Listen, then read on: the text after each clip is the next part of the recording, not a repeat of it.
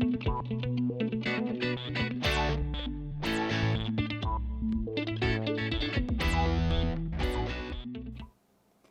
there, my name is Jasmin Junge, also known as Kuschelirmel all over the internet.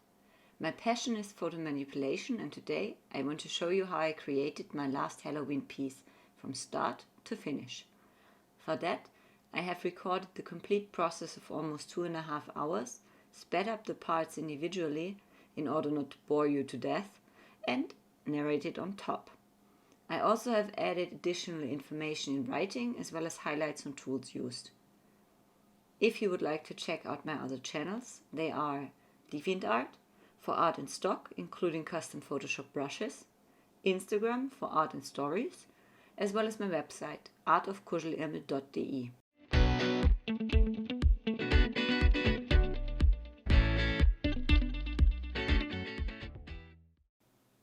Like for any other piece of art, be it a photomanipulation or whatever else, I'm starting with an idea. So the idea here is to take the pumpkin picture and add some things to it. So I first started out with the cat picture, which I'm not going to explain in detail because it's not going to last. It's not going to stay in the image. What I'm going to actually start out with here is to create a new document and to take all of the parts into the new document to get rid of the EXIF data on the pumpkin picture. What I also want to do is to crop the image in a 1:1 ratio. For that I'm using the crop tool, and at the top you can put the ratio that you would like to use or a specific pixel figure, and then you can just adjust the square to fit what you want. And now I have the square, I'm making it a bit bigger at the top.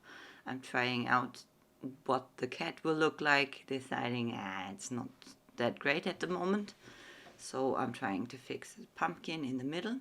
Next I'm taking a new background and I'm just dragging and dropping it so it shows up as a smart object. Then I'm dragging it a bit bigger. You can always see at the top how big you can drag it before it exceeds the limit of the actual pixel size. I'm duplicating the pumpkin layer and making a rough cut of the pumpkin using the object selection tool, which works really like a treat. Then I have the pumpkin at the top and the background of the pumpkin at the bottom.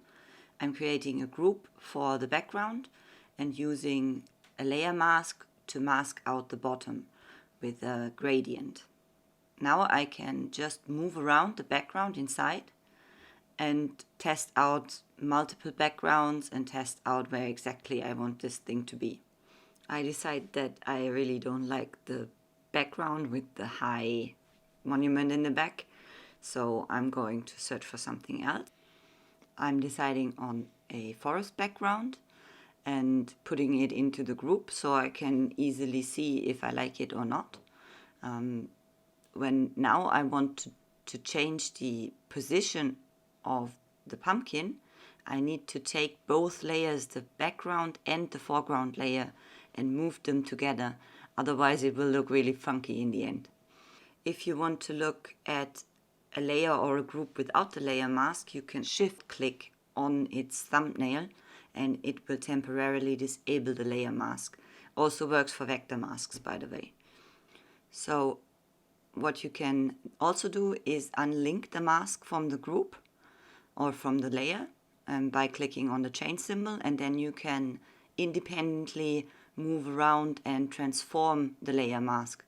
On a group it will not let you do a warp transform, but on an actual layer it will, so it can be really useful if you want to just have some more control over your adjustments. So the second background is also not really to my liking. I think it looks kind of weird with where the foreground trees end up, and it looks like a strange kind of frame. So I'm looking for a different forest picture, and this is actually the one I'm going to use in the end. So I'm making it a bit bigger and I'm trying to figure out where exactly I want it without it looking kind of wonky or off. What can easily happen when you are moving around things a lot, including the group, and things that have a layer mask, is that the layer mask kind of looks like it doesn't cover everything anymore. To make sure that you see what you're doing, you can alt-click on the layer mask, then it will show you what is actually on the mask, and then you can use adjustments or the transform tool or even a brush to fix the edges and to make it look good again.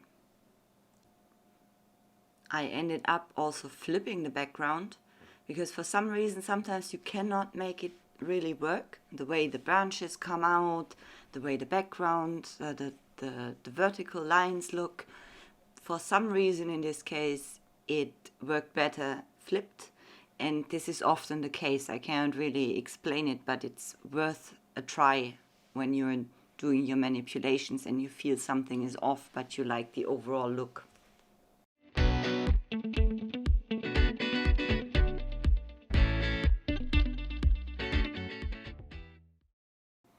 What I want to do next is to get some branches or something to get some more depth to the background and the foreground. So here I'm choosing my own cutout branches that you can find on kuschelirmel stock on DeviantArt. I'm not importing them straight like I did the last time. I'm opening them and then dragging them over and then making smart objects of them, because at this point I'm not yet sure if I want to change the insides of the smart object. If you want to change the insides of the smart object, you will change the original on the file, and that is not the best idea, so I like to keep that separate. Here I am flipping and transforming and changing the layout of the branches and duplicating them in some places, putting them in the front and in the back, and to put them in the back I'm using the existing group. I like using adjustment layers to change the parts of the image that I do not like, because they are non-destructive and you can just copy and paste them. So here I'm trying a color balance adjustment layer, and I'm deciding that it does not give me the right colors that I wanted. So next up I'm trying selective color, where you can directly influence each of the colors that you can choose in the drop down, as well as the blacks, whites and neutrals, and this can give you much more control over your colors. And here you can see I'm getting from the red leaves to the green leaves without all that much effort. What is also quite cool is that you can stack these adjustment layers on top of each other. So here I'm taking another one, curves adjustment layer, and putting it in between the selective color and the layer, and it will automatically get clipped.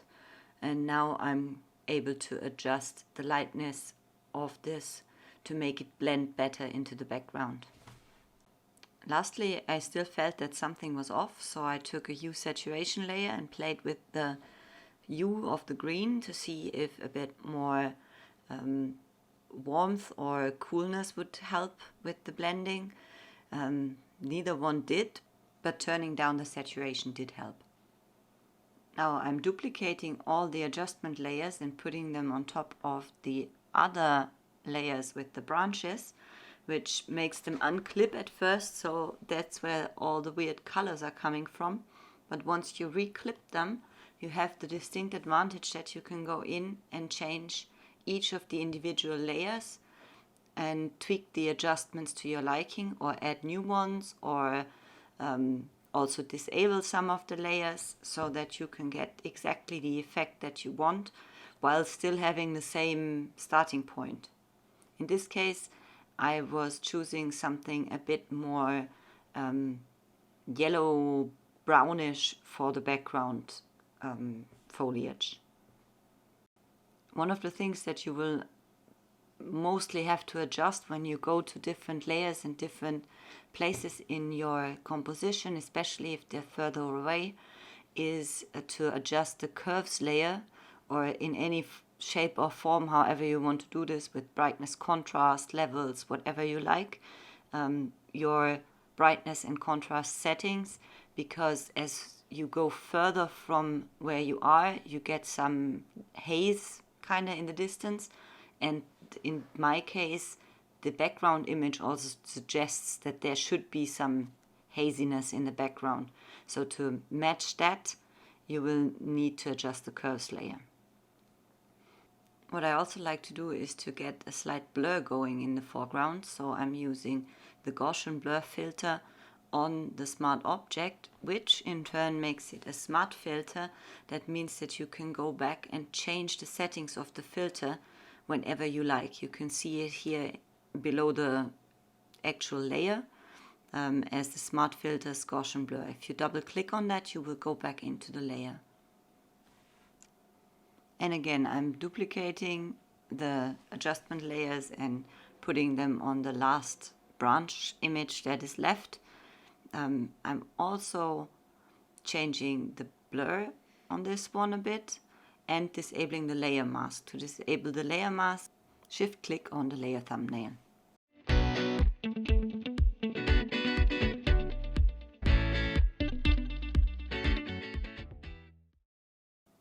When you use the object selection tool, what often happens is that while it gives you a great starting point for a mask, it's not super perfect, and here also you could see that it's very jagged, and I want the lines or the cutout of my pumpkin to be really super exact.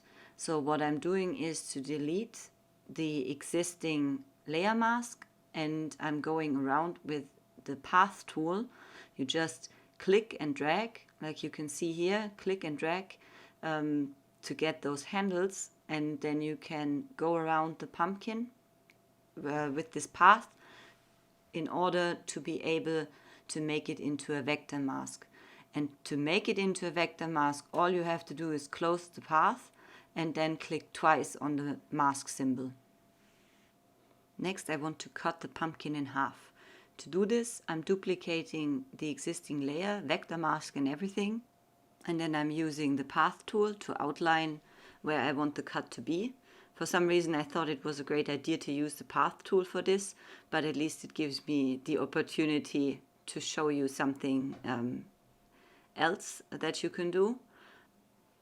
When you close the path, you go to the path palette, and once there you can control click on the path. That will make it into a selection. Then you can go to edit, fill with black when you are on one of the layer masks. Then what I'm doing to get the exact same layer mask and not having to get my selection back, I'm just alt clicking and dragging from one layer mask to the other. That will just copy the mask along. And then you need to invert one of the masks because of course you can otherwise see through to the background. And now you have one top and one bottom half that you can transform or do anything with.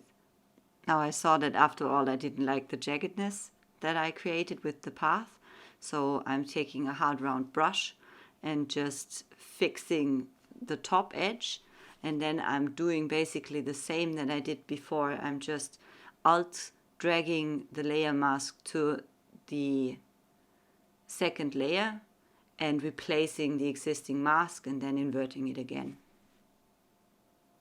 Once this is done to my liking, I'm converting the layers, including their masks, to smart objects and start transforming the top part to fit what I would like it, where I would like it to be. To work more on the bottom, I create a group and then a new layer at the bottom of the group, so below the actual pumpkin layer. And then I use a hard round brush to brush in some of the background of the pumpkin where you would be able to see inside basically. To get the color picker working while you're on the brush, just alt click instead of clicking, and that will just select the color from anywhere in your image. I like to lay this down zoomed out at first, and only when I get to the details and using the eraser, for example, with the same hard round brush, then I zoom in and then I can fiddle with the details a bit more. Once I'm satisfied with how it looks as a shape, I clip another layer to the original layer and then use the gradient tool to give it some sort of dimension. So I'm using here a darker orange, also picked from the pumpkin itself for the shadows. And then I'm also adding another layer on top that will do some of the glow, because in the end I want this to be an actual Halloween pumpkin with a light inside and some glow that is coming also out of the eyes and the mouth. In order to have a bit more control over where your gradient ends up being, you can always use the transform tool, including the warp transform, to give it a bit more of a push to where you actually want it to be. Before moving on to the eyes and the mouth, I start doing some cleanup on my layers, grouping them together, giving the groups proper names, seeing that the cat is still there that I don't need and deleting it. So just making everything a bit more organized, because this is the point where I get a lot more layers. To get the mouth correct, I'm using a new layer, and I'm actually painting it not on the pumpkin itself because of the orange. I'm painting it up there. I'm using the normal round brush for this and just roughly sketching the mouth the way I think it will work. And as always, I'm zooming in to see what it looks like, and then I'm using the eraser tool on the same hard round brush to get some more definition into the shape until I'm satisfied with it. And once I am, I'm switching to the path tool, because in this case I think the super jagged edges will be very advantageous to have. So I'm just going around quickly, just click once around the shape. Next I need to turn it into a shape just by clicking the button at the options bar above. In the path window you can see what is actually happening. It's creating another vector mask / shape from what you have, and in the layers palette you can see that it's now a shape as a smart object.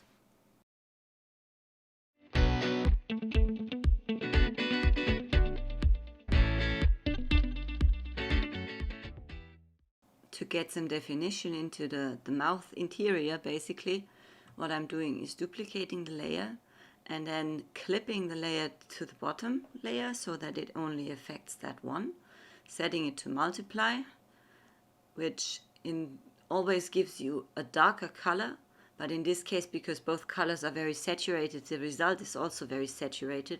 So what I'm just doing is taking it down a notch by changing the color of the top layer. You just double click on a shape and then you can change the color. And now I'm just using my shift and arrow keys to push it up a little. You can see now that on the sides there's some gaps that don't look so super great, that make it look kind of strange. So to fix that, you can go into the shape with your path tool and change the points to fit what you need.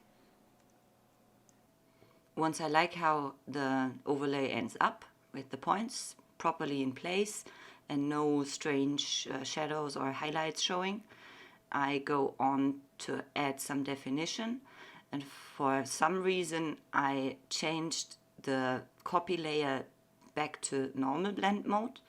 I'm not sure why exactly, maybe because I wanted a bit more control over what color it ends up being, so I can adjust each color more individually. I'm adding a clipped layer on top where I'm using the gradient tool to get some proper shadows in, shadows with nice gradients that will show a bit of the curvature of the pumpkin. But overall I want everything to be glowing from the inside, so what I'm also putting in are layers that I put on color dots, one on the top and one on the mouth, so I can get this glow going, and it will glow across the teeth and from the inside out. So here, to better control where exactly the glow ends up, I'm just using transform tools to adjust it. And now I'm going back into the color picker for each of my base layers, and adjusting so it doesn't scream so much with the oversaturated tones. Finally, I'm going to put all of these layers into a separate group. Just mark them all up and hit Ctrl G. And then I name the group because it's easier to move the whole thing if you don't have to worry about the clipped layers not moving with. Then I'm starting to draw in the eyes and first also the nose, which I didn't like in the end. Basically this is the same technique as I used for the mouth. I'm trying to get a feel for how it more or less should be, and then I'm using the pen tool to make the lines more nice, more exact, and I'm using the shapes just like I did before, duplicating and offsetting them a tiny bit.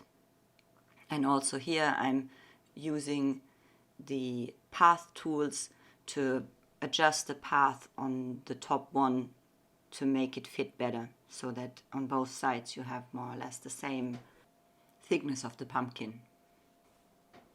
In between doing things like that, I always like to do a little bit of cleanup, either by putting things into groups or by making smart objects out of them, so that my layers are not so distracting. I'm also adding an extra layer on the top half of the pumpkin. The angle is such a way that you don't see much of it, but I'm putting in the work anyway. I'm using the same approach with the gradients as I did on the bottom one, just that this time you don't see as much of it. Now we're coming to one of my favorite parts in any manip. It's when it transforms from this rough put together thing to something with actual atmosphere. Normally the first step for that would be to lay down some shadows, but here in this case I already have the shadows in place because the pumpkin is basically on its original layer, and I'm keeping the top light source more or less anyway. My go-to method for getting the mood in is to use gradients. Again, gradient from foreground color to transparent, and this time I'm choosing a radial gradient. I'm just filling the layer, setting it to multiply because I want this to be like a bit of a vignette or some shadows on the side to keep the focus on the pumpkin itself. And then I'm going into the Use Saturation dialog, Control U, to change up the color, the saturation and the lightness to fit the mood that I'm going for.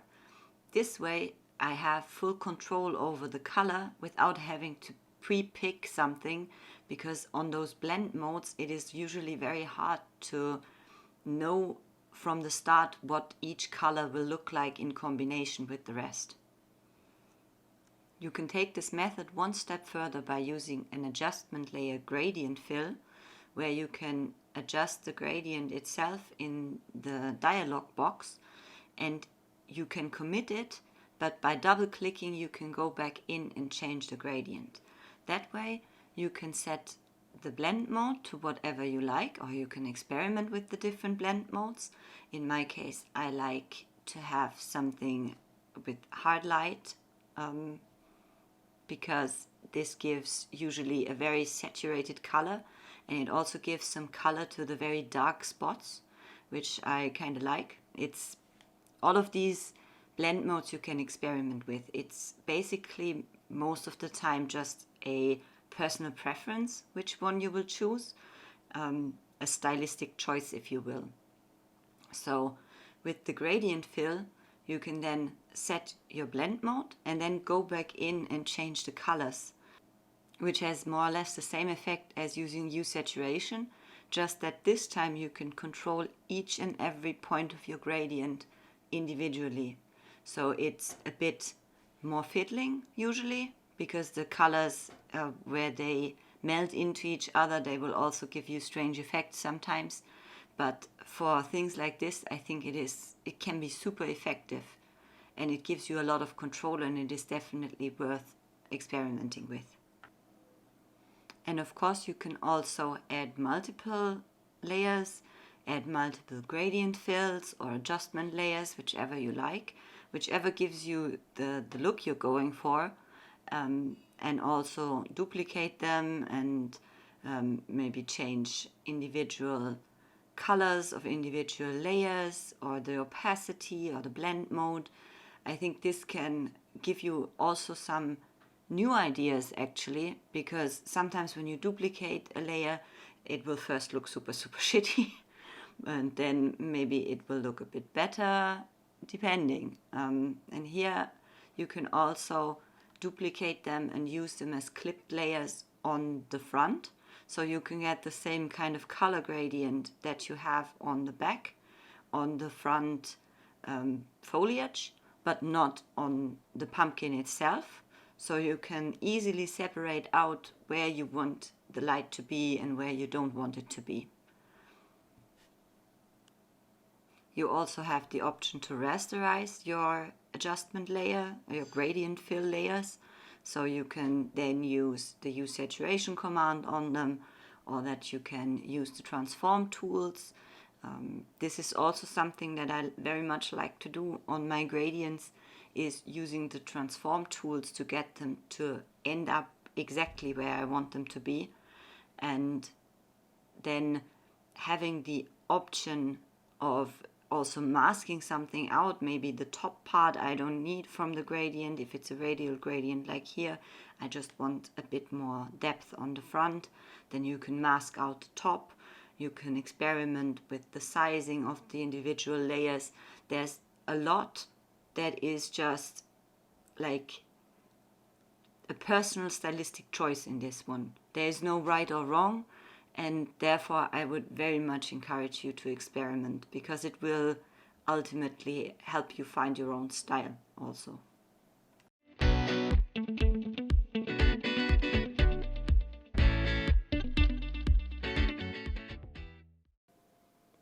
After a few failed attempts at creating some ghosts, I have settled on the following very easy to do method that also works for people like me who cannot really draw.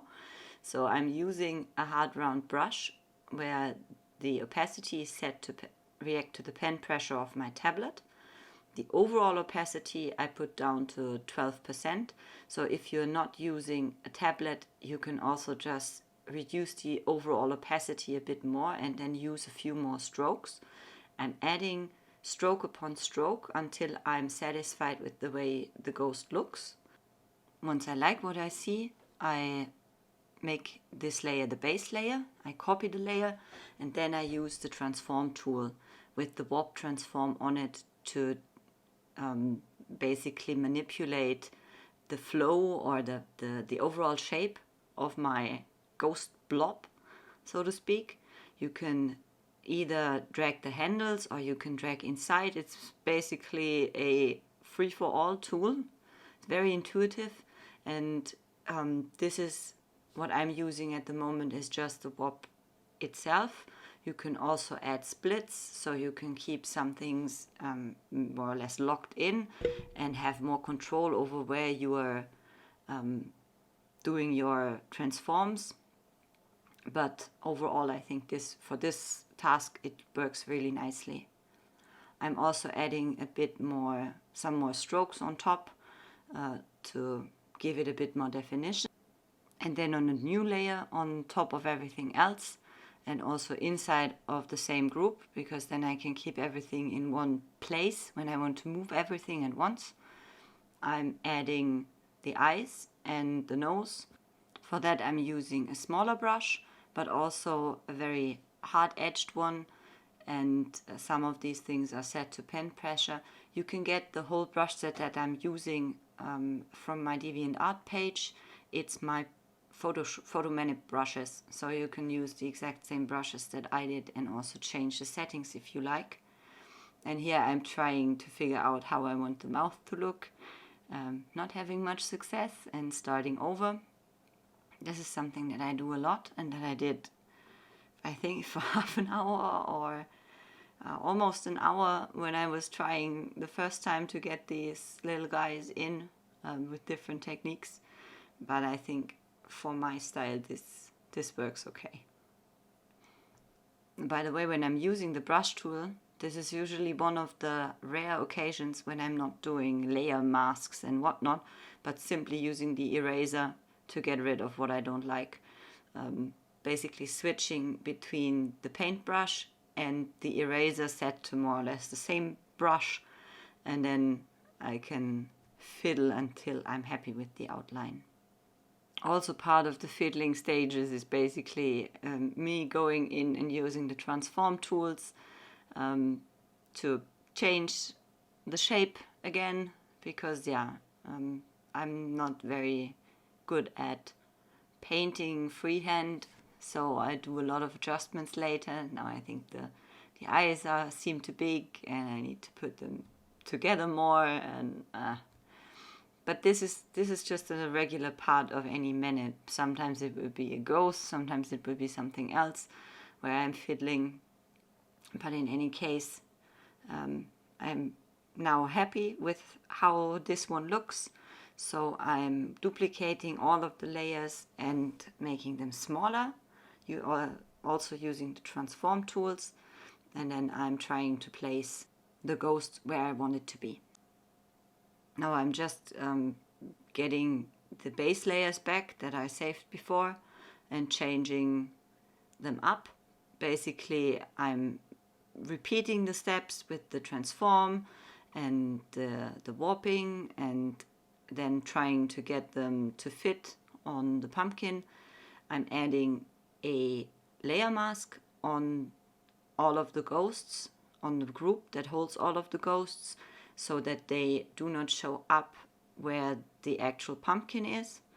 And then I'm just repositioning and masking out what needs to be behind or in front, and this way trying to get a good composition, which for me always is linked to doing a lot of repetitive stuff and fiddling with where I want the ghosts, how big I want the ghosts, how many ghosts I want, and so on and so forth. So it's, if you would look at this in 100% speed, it would make you go to sleep, I would say.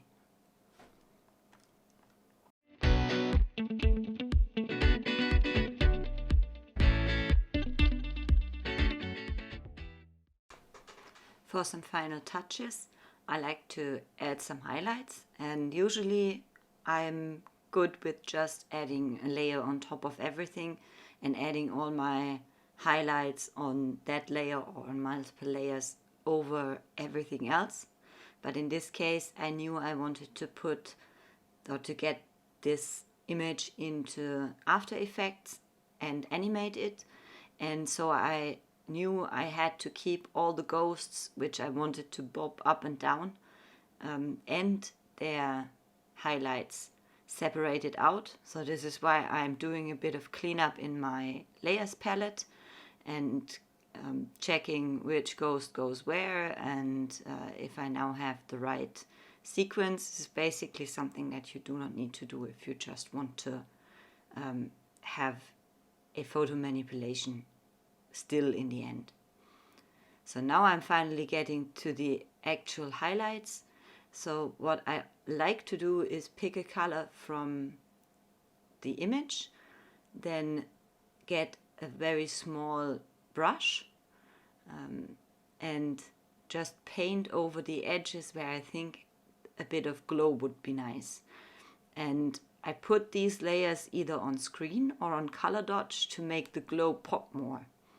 So now you can watch how I'm adding the strokes, deciding that this is too much, using the eraser again, and then doing it all over again, and not being super precise actually, because for me, my personal style is to make it look a tiny bit as if I had painted it, even though I'm, as I said before, really not good at painting at all. But having these painted highlights in that are not very, how should I put it, not very accurate or exact, but really show some strokes. This, to me, gives my images the character that I want them to have. And it's, again, a very stylistic choice. It has nothing to do with right or wrong. But I think that some rim highlights, even though they, in my work at least, they are usually very exaggerated, I think that they really can make your artwork pop. And if you do not like how exact you did it, then you can always use the Gaussian blur filter or the blur tool to make all your lines a tiny bit softer. I really like to use the blur tool for this because it gives me much more control than just running a filter over everything. So now here you can see that I'm adding a bit more shadow in some of the eyes, and I'm making my previous not so nice faces a bit nicer. Basically fixing mistakes now that I know that I really want to keep it like that. And then I'm also going to add some more highlights on the ghosts themselves, just trying to figure out what I really want to do. And yeah, I mean, you've by now repeatedly seen me do something and erase it again. As I said, sometimes you kind of know what you want and you cannot quite get it. Sometimes you don't even know what you want, and getting it is therefore really, really hard. And my personal approach to this is just to try until it fits. Because, yeah, what else would you do?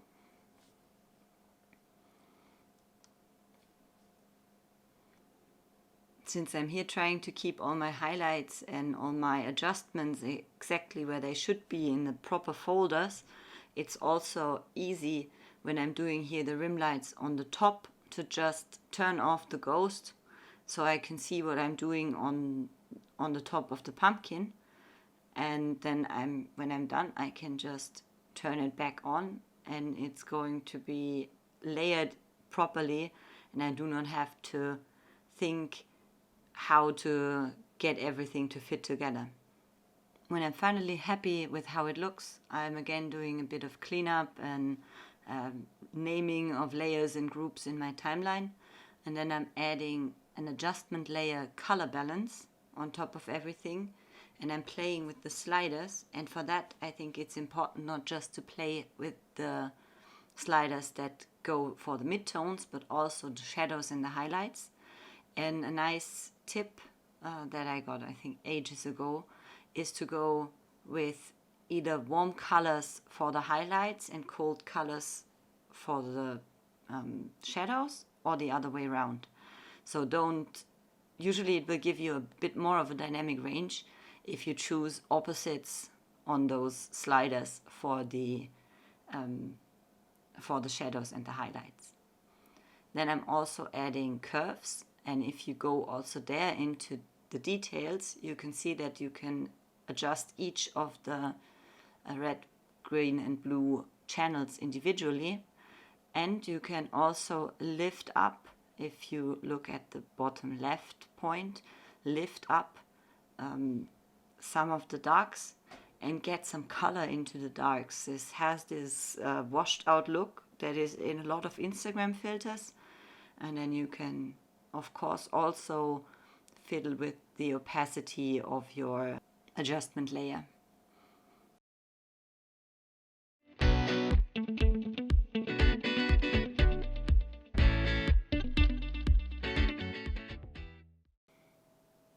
What I really like about this format is that I can show you my process from start to finish. That way you can see that not everything always works out perfectly and not every step of the way looks beautiful. I can get 2.5 hours of footage down to something much more manageable and add explanations to every step. The downside though is that I cannot possibly explain everything in a level of detail that shows you just how versatile some of these methods and techniques can be. For this reason, I plan on starting a deep dive series. In this, I want to look at all the Photoshop tools and techniques that a photomanipulator needs regularly, from selections to masking and from color changes to shadows and highlights. For now, I hope this tutorial was helpful for you. If you have any more questions, suggestions or comments on this tutorial or on the upcoming series, please leave them below and I will do my best to answer them as quickly as I can. See you next time. Bye.